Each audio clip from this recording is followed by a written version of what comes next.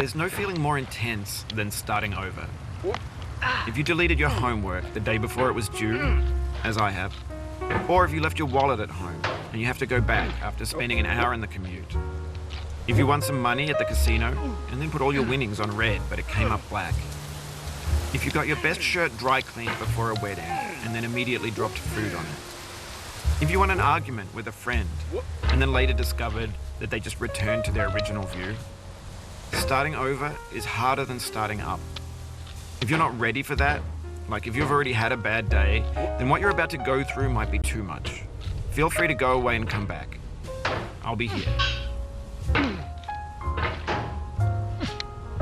Alright, thanks for coming with me on this trip. I'll understand if you have to take a break at any point. Just find a safe place to stop and quit the game. And don't worry, I'll save your progress, always, even your mistakes. This game is a homage to a free game that came out in 2002, titled Sexy Hiking. The author of that game was Jazuo, a mysterious Czech designer who was known at the time as the father of B games. And B games are rough assemblages of found objects. Designers slap them together very quickly and freely, and they're often too rough and unfriendly to gain much of a following. They're built more for the joy of building them than as polished products. In a certain way, Sexy Hiking is the perfect embodiment of a B game. It's built almost entirely out of found and recycled parts, and it's one of the most unusual and unfriendly games of its time. In it, your task is simply to drag yourself up a mountain with a hammer. And that act of climbing, in the digital world or in real life, has certain essential properties that give the game its flavor. No amount of forward progress is guaranteed. Some cliffs are too sheer or too slippery. And the player is constantly, unremittingly in danger of falling and losing everything. Anyway, when you start Sexy Hiking, you're standing next to this dead tree that blocks the way to the entire rest of the game. It might take you an hour to get over that tree, and a lot of people never got past it. You prod and you poke at it, exploring the limits of your reach and your strength, trying to find a way up and over. And there's a sense of truth in that lack of compromise.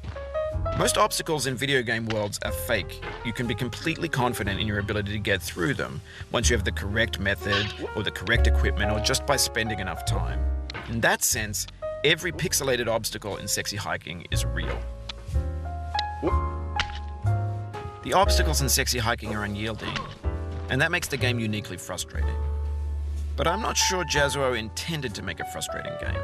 The frustration is just essential to the act of climbing, and it's authentic to the process of building a game about climbing. A funny thing happened to me as I was building this mountain.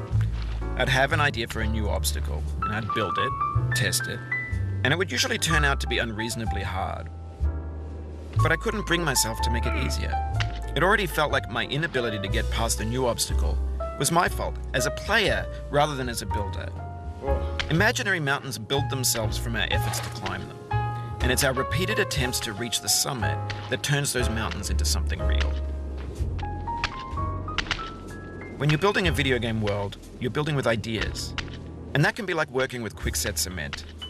You mold your ideas into a certain shape that can be played with, and in the process of playing with them, they begin to harden and set until they're immutable, like rock. And at that point, you can't change the world. Not without breaking it into pieces and starting fresh with new ideas.